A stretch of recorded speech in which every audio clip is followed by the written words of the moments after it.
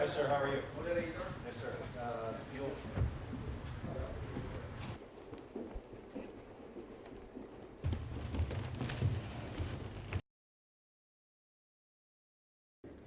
This conference is a result of close cooperation between NATO headquarters international staff, international military staff, strategic commands, and national representatives.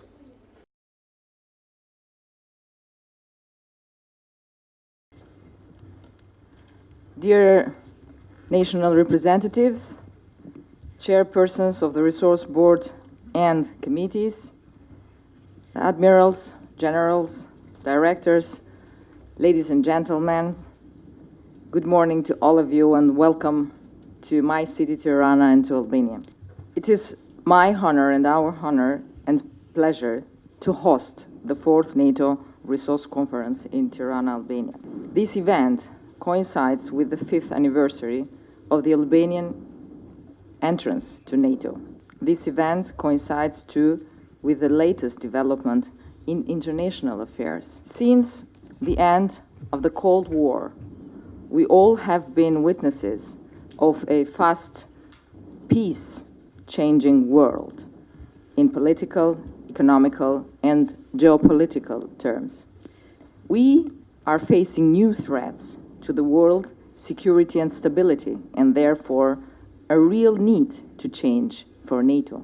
NATO's forces have undergone a remarkable transformation, but still the alliance must invest in improving capabilities to deal with risk and challenges like terrorism, piracy, regional instability, and missile and cyber attacks. I understand that this conference has been very productive in the past. Not only does this conference provide a forum to reflect on the work that has been accomplished, but it will discuss issues that will affect the resource community in the near terms. As such, I hope that this conference will contribute to the progress towards the Wealth Summit latest this year. Many of our allies have been affected by the economic crisis. While some of our allies' economies are recovering, not all of us are at the same pace of recovery. Most of us have seen a decline in resources and, some very tiny governmental spending, and which affects, of course, the defense expenditure for short, medium, or long-lasting period. We firmly believe in a fair burden sharing and a responsible challenge regarding the targets that we will be assigned the accept as part of the NATO defense planning process.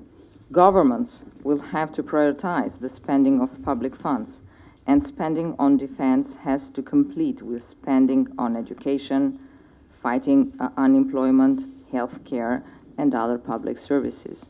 Albania joined the alliance only 5 years ago and has made progress as a part of our integration process, which has completed late last year.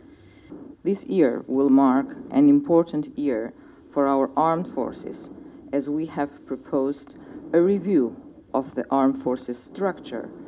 We will be engaged in finalizing the national security strategy, the compilation of the military strategy, a long-term development plan of the armed forces as well. Structural reforms and fights against corruption are our main goals. These efforts aim to have a more efficient, functional, and able administration and a defense organization capable for its collective defense mission and support of civil emergencies. I'm sure, like many of you, we are facing tough choices that we discuss, maintaining existing capabilities and procuring new capabilities for modernizing our forces. Issues like economical life expectation and existing capabilities, cost of new capability in terms of both investment, annual maintenance, and required personnel, affordability within our budget and medium terms planning, best investment strategy, industrial benefits, and employment and efficiency in using taxpayers' money. I do believe that we are able to develop innovative solutions to most of the questions.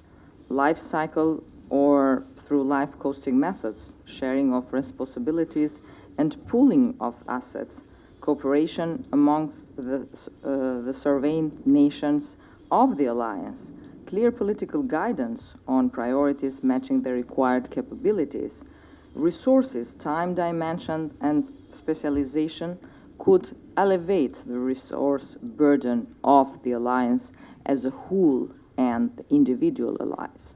We are currently in a program of upgrading the equipment for our forces, while we are seeking to obtain the most capabilities for the resources available.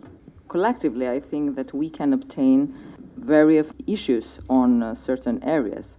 Training is one of the areas we can achieve economies of scale. Some of us cannot afford to set up specialized trainings for every aspect of our training requirements, but we should be able to send our military to NATO and other allies training facilities, or even to partners. This would provide savings of the sending nations as well as centers of excellences and subject matter expertise for the to receive well education for our armed forces. We embrace the idea of a smart defense and the connected forces initiatives. We are engaged in a number of smart defense projects, and we have high expectations of an efficient and effective program of individual and collective training and exercises.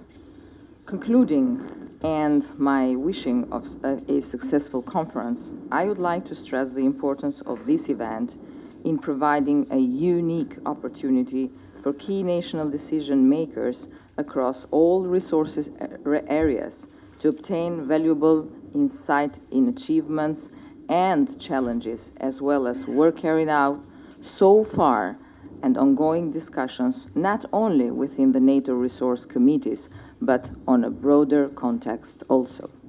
It will also provide an excellent opportunity for a frank exchange of views, clarifications of positions, and identification of challenges and potential risks that lay ahead. I wish you a fruitful conference and a very nice journey in Tirana. Thank you. Good luck.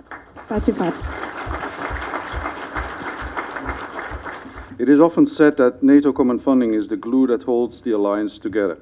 And I believe that one can say exactly the same thing about the NATO defense planning process.